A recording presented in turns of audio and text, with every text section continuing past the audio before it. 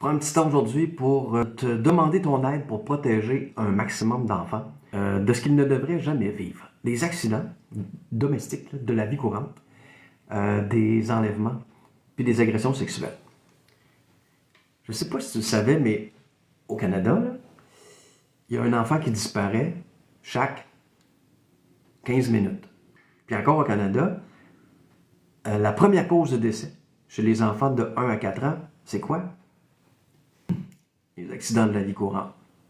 Tu sais, on pourrait penser que c'est les maladies graves, là, le cancer, etc. Ouais, non. Les accidents de la vie courante, comme les chutes, les électrocutions, les étouffements, les intoxications avec des médicaments ou des produits ménagers, des noyades, etc. À mon humble avis, il faut faire quelque chose. Il faut faire quelque chose parce que ça n'a pas de bon sens qu'on est rendu en 2025 puis que encore, la première cause de décès, c'est nos jeunes enfants, c'est les accidents de la vie courante. Ça n'a pas de sens. Puis là, tu penses peut-être qu'après 4 ans, les enfants sont plus protégés. Ben non. Après 4 ans, là, de 4 à 15 ans, mettons, si je me rappelle bien, ben là, c'est pas la première cause de décès, c'est la deuxième. La deuxième. Ça fait un gros paquet d'enfants qu'on perd chaque année. Puis que, selon les statistiques là-dessus, c'est des accidents qui pourraient être évités. Comment on pourrait éviter ça, ces accidents-là? Bien, on pourrait éviter ça en enseignant davantage la prudence à nos enfants. Dans nos maisons, il y a plein de gadgets qu'on peut acheter pour les rendre de plus en plus sécuritaires et c'est parfait, il faut continuer ça. Mais nos enfants, ils sont pas tout le temps chez nous. Dès qu'ils s'en vont à l'école, ben, on ne peut pas avoir un œil sur nos enfants 24/7. Alors là, ils sont comme plus à risque parce qu'on n'est pas là pour les surveiller, puis c'est pas aussi sécuritaire peut-être dans une cour d'école que dans notre maison avec des barreaux partout, ces tiroirs, etc. Bon. Je vous comprends, tu sais, les gens qui me disent ouais, mais je veux pas faire peur à mes enfants non plus, je veux pas qu'ils aient peur de jouer dehors. Non, ben moi non plus. Moi non plus. Fait que c'est pour ça qu'il fallait trouver une façon amusante d'enseigner la prudence aux enfants. Fait que je te présente, puis j'en suis très fier parce qu'il est maintenant disponible sur Amazon, un livre à colorier. Okay? Je vais te présenter quelques images qu'il y a là-dedans pour prévenir les agressions sexuelles. Okay? Tu vas voir que même pour prévenir quelque chose d'aussi grave que des agressions sexuelles, les coloriages, ils sont gentils, ils sont amusants, ils ne sont pas épeurants. Regarde ça. Un gentil monsieur, dans son auto. Il arrête sur le bord de la rue, puis il demande à ton enfant, il est perdu, puis il dit hey, « tu pourrais-tu me dire où la rue un tel? » Ton enfant, est-ce qu'il saurait bien répondre à ça? Puis si le monsieur il disait « Écoute, embarque dans l'auto, dis-moi, dirige-moi, c'est important. » C'est toujours fait de la même façon. Coloriage, question, petite histoire, qui t'aide à voir ton enfant, est-ce qu'il saurait reconnaître le danger dans cette situation-là? Si oui, cool, t'es content, t'es rassuré.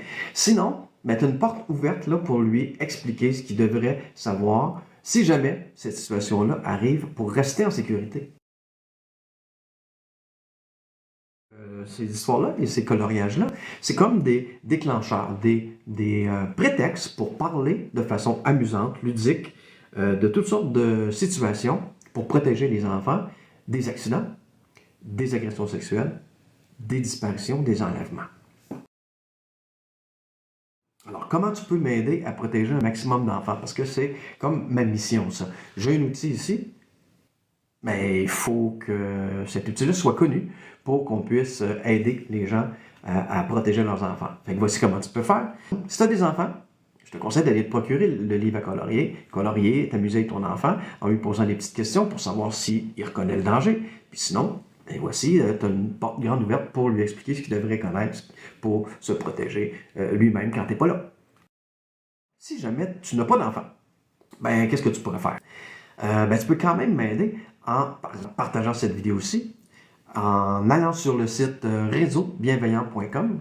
Ce site-là te permet d'amasser des sous, par exemple pour une cause qui te tient à cœur, en aidant les gens. Et une façon d'aider les gens, c'est d'aider les parents à protéger leurs enfants. Fait que tu choisis de protéger les enfants.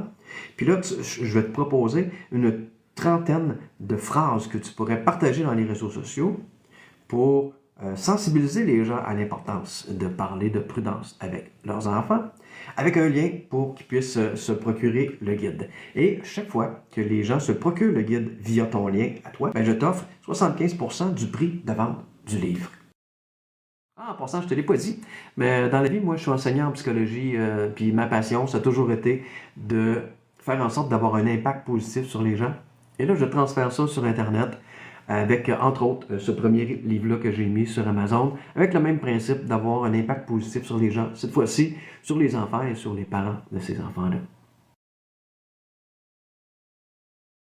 Et là, j'ai trouvé une façon d'aider les enfants, tout en faisant en sorte de amasser des sous pour toi pour une cause qui te tient à cœur.